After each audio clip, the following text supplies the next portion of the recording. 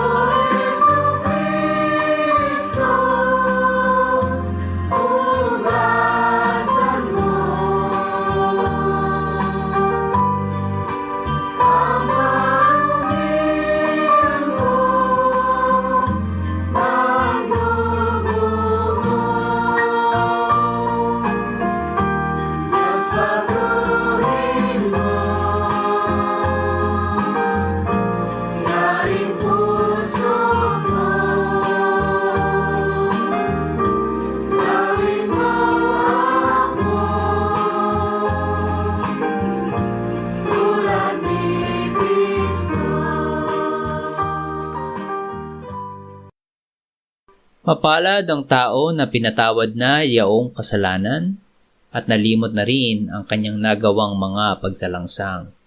Mapalad ang taong sa harap ng Panginoon ay di na pinararatangan ng kasalanan, dahilan sa siya ay hindi nanlilinlang. Nung hindi ko pa naipapahayag yaring kasalanan, sa buong maghapon ako'y nananangis sa matinding lumbay. Sa araw at gabi, bigat ng kamay mo ang nararamdaman, ano pa't wala nang nalalabi akong lakas sa katawan. Hamog ang kaparis na dagling na tuyo sa sikat ng araw. Ako ay lumapit sa iyong harapan at salay inamin. Ang aking nagawang mga pagsalansang di ko inilihim. Pinagpasyahan ko ang lahat ng ito sa iyo'y idaing at aking natamo ang iyong patawad sa sala kong angking. Mga minamahal, sinasabi sa unang Juan 1:9, kung ipinapahayag natin ang ating mga kasalanan, maaasahan nating ipatatawad sa atin ng Diyos ang mga ito at lilinisin tayo sa lahat ng ating kasamaan sapagkat siya'y tapat at matuwid. Salamat sa iyo, O Diyos. Pinatunayan mo ang iyong pag-ibig sa amin nang si Kristo ay mamatay para sa amin noong kami mga makasalanan pa. Ngayon ay buksan mo ang aming mga labi at kami ay magpupuri sa iyo. Pag-ibig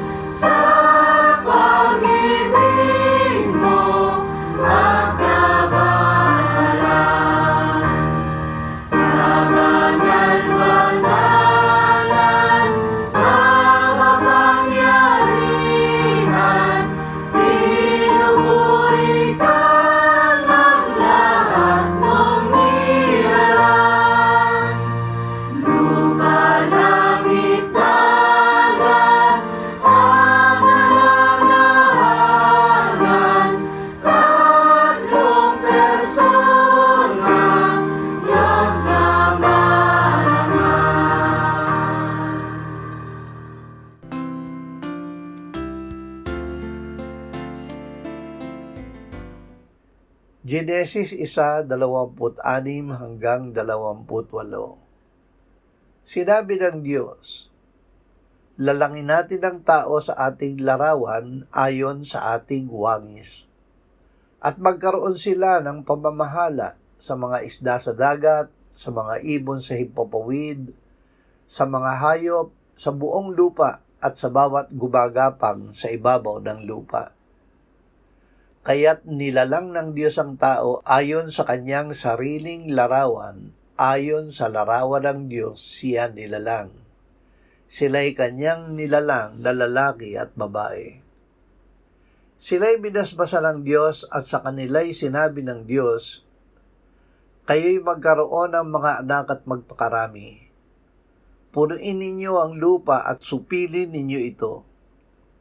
Magkaroon kayo ng pamamahala sa mga isda sa dagat, sa mga ibon sa himpapawid, at sa bawat bagay na may buhay na gumagalaw sa ibabaw ng lupa. Ang kaayusan at layunin ng paglikha. Ang Diyos ang makapangyarihang lumikha na nagbigay ng anyo sa gitna ng kaguluhan. Ang tao ang rurok ng kanyang nilikha na ginawa ayon sa kanyang larawan at binigyan ng kapamahalaan sa buong lupa upang pangalagaan ito. Ibinigay sa atin ang karangalan at tungkulin na maging kinatawan ng Diyos dito sa lupa upang mamahala, magparami at pangalagaan ang kanyang sangnilikha ng may katalinuhan at pagmamahal. Awit 8:3-6. Kapag pinagmamasdan ko ang iyong kalangitan, ang gawa ng iyong mga daliri, ang buwan at ang mga bituin na iyong inilagay. Ano ang tao upang siya'y iyong alalahanin, at ang anak ng tao upang siya'y iyong kaligain? Gayon may ginawa mo siyang mababa lamang ng kaunti kaysa Diyos, at pinutungan mo siya ng kaluwalhatian at karangalan. Binigyan mo siya ng kapamahalaan sa mga gawa ng iyong mga kamay. Sa ilalim ng kanyang mga paa ay inilagay mo ang lahat ng mga bagay. Ang karangalan ng tao sa harap ng Diyos. Ang kaluwalhatian ng Diyos ay nakikita sa sansinukob. Ngunit tayo ay binigyan ng Diyos ng higit na malaking halaga. Dahil tayo ay ginawa niyang mababa lamang ng kaunti sa Diyos at binigyan ng pamamahala sa lahat ng gawa ng Diyos. Kilalanin natin ang kadakilaan ng Diyos at magpasalamat dahil sa kabila ng ating kaliitan, tayo ay kanyang pinahahalagahan. Mabuhay tayo ayon sa layunin ng Diyos na pamahalaan ang kanyang mga gawa. Gawa 2:14-32-36. Ngunit si Pedro na nakatayo kasama ng 11 ay nagtaas ng kanyang tinig at nagpahayag sa kanila, ang Jesus na ito'y muling binuhay ng Diyos, at tungkol dito'y mga saksi kaming lahat. Kaya't yabang pinarangalan sa kanang kamay ng Diyos, at tinanggap mula sa Ama ang pangako ng Espiritu Santo, ibinuhos niya ito na pawang nakikita at naririnig ninyo. Kaya't dapat malaman ng may katiyakan ng buong sambahayan ng Israel na ginawa siya ng Diyos na Panginoon at Kristo, itong si Jesus na inyong ipinako sa krus. Ibinalik ang karangalan ng tao. Yamang ang lahat ay nagkasala at hindi nakaabot sa kaluwalhatian ng Diyos. Sila ngayon ay itinuturing na ganap ng kanyang biyaya bilang kaloob sa pamamagitan ng pagtubos na kay Kristo Jesus, na inialay ng Diyos bilang handog na pantubos sa pamamagitan ng kanyang dugo na mabisa sa pamamagitan ng pananampalataya. Si Jesus ang tunay na anak ng tao na ngayon ay nakaluklok sa trono at binigyan ng kapangyarihan sa lahat ng kaaway at siya ang nagbuhos ng Espiritu Santo sa mga tao. Mateo 28:18-20. Lumapit si Jesus at sinabi sa kanila, "Ang lahat ng otoridad sa langit at sa ibabaw ng lupa ay ibinigay na sa akin. Kaya't sa paghayo ninyo, gawin ninyong alagad ang lahat ng mga bansa. Bautismuhan ninyo sila sa pangalan ng Ama at ng Anak at ng Espiritu Santo. At turuan silang sundin ang lahat ng mga bagay na iniutos ko sa inyo. At narito ako'y kasama ninyong palagi hanggang sa katapusan ng panahon."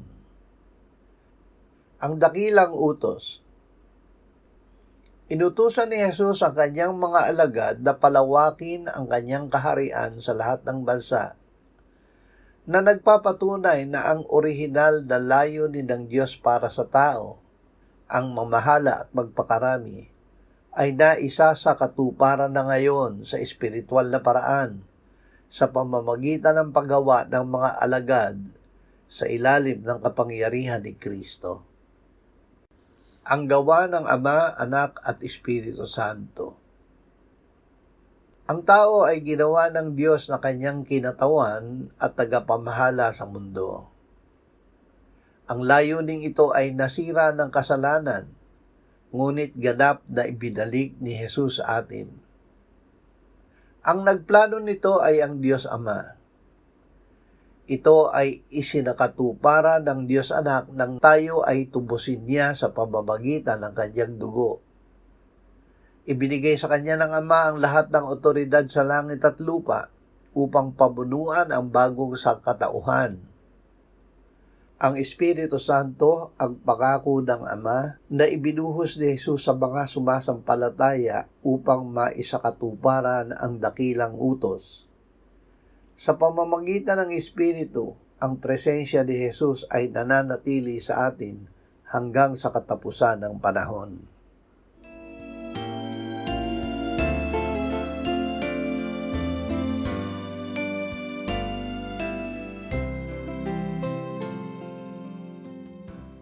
Manalangin tayo. Panginoong Jesus, sinabi mo, "Malibang kainin ninyo ang laman ng anak ng tao at inumin ang kanyang dugo, kayo ay walang buhay sa inyo. Ang sino mang kumakain ng aking laman at umiinom ng aking dugo ay may buhay na walang hanggan, at akin siyang muling bubuhayin sa huling araw. Sapagkat ang aking laman ay tunay na pagkain at ang aking dugo ay tunay na inumin. Siya na kumakain ng aking laman at umiinom ng aking dugo ay nananahan sa akin at ako sa kanya. Kung paanong buhay ang Ama na nagsugo sa akin at ako ay nabubuhay sa pamamagitan ng Ama, gayon din siya na kumakain sa akin, siya man ay mabubuhay sa pamamagitan ko." Panginoong Hesus, aming tagapagligtas, tinatanggap ka namin sa oras na ito bilang aming tinapay ng buhay. Tinatanggap namin ang iyong katawan na ipinako sa krus, namatay, inilibing, binuhay na muli, at iniakyat ng Ama sa kanyang kanan sa langit bilang aming tunay na pagkain. Tinatanggap namin ang iyong dugo na nabuhos sa ikapagpapatawad ng aming kasalanan bilang aming tunay na inumin. Manahan at mabuhay ka sa amin upang kami ay mamuhay sa pamamagitan mo kung paanong ikaw ay namuhay sa pamamagitan ng Ama. Salamat, Ama, sapagkat dahil kay Kristo, kami ngayon ay nakapamumuhay kasama mo kaisa ng Espiritu Santo. Sa iyo ang lahat ng kaluwalhatian, ngayon at magpakailanman. Amen.